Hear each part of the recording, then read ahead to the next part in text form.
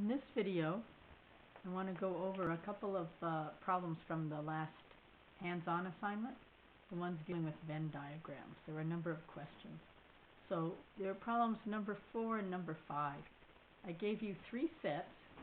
A is integers from 0 to 10, B is prime numbers less than 30, and C is even numbers between 0 and 20. So first we'll make a list. So I've set this up.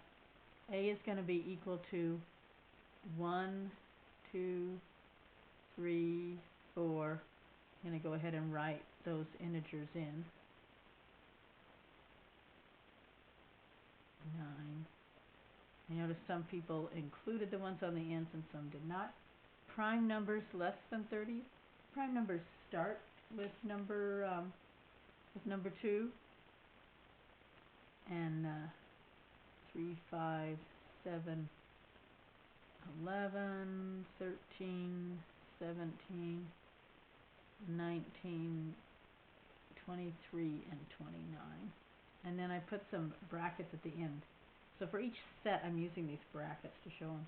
The even numbers between 0 and 20 will be 2, or 6, 8, 10, 12, 14, 16, and 18. So those are the answers for number 4. For number 5, I ask you to draw a Venn diagram. And the first step is to draw the Venn diagram. The second step is to look at unions and intersections. So I'm going to try to use some dark markers here, and we'll do a big set here for A.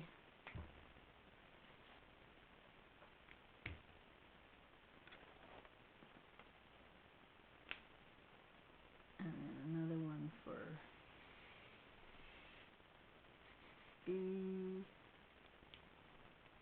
And the last one is C. You can see they all have these intersection points. Move this on up here. Next step is to put the elements into the set. And this is where it gets a little tricky. And it's almost easiest to start from the inside out. The one element that appears in all of them is a 2. So that's going to be in my center point here. That guy is in the intersection of all 3. And then if I look at set A is the integers, set B is the prime numbers, the integers that are also prime numbers, I can put in here 3, 5, and 7. And then there's some integers that are also even numbers. And this last set over here, set C, are the even numbers. So those go over here. We've got 4, 6, 8, and 10. So the only 2 integers I haven't used yet are 1 and 9. So when you create the Venn diagram like this, each number appears only once. So I'm not going to have a 2 in each one of these circles. I'm going to have 2 in the one spot that actually ends up being in all 3 circles. And that's kind of the beauty of the Venn diagram. We can see it at a glance. So then the other elements that I don't have yet in B, I've got 2, 3, 5, 7. So the rest of them, they're all going to be odd. So none of them are going to end up being over there in the intersection with C. So we'll have all of these over here. Actually, 29 is not in there. I'll let you 29. Oh yeah. And then C has got, the last ones for C are 12, 14, 16, and 18. Then the next 2 questions I asked dealt with how is that A union B and A intersect I'll write it up here. A intersect B intersect C. That's the easy one, the second one. That's just simply going to be the set 2.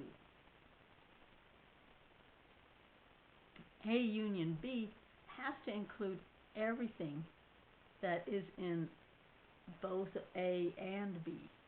So it's got to have all of those elements in there. So I'm going to write those in order. 1, 2, put our brackets there. We've got 3, 5, 7, 9, and we're gone. I don't know if you notice I got 2 17s in here. Cross that one out.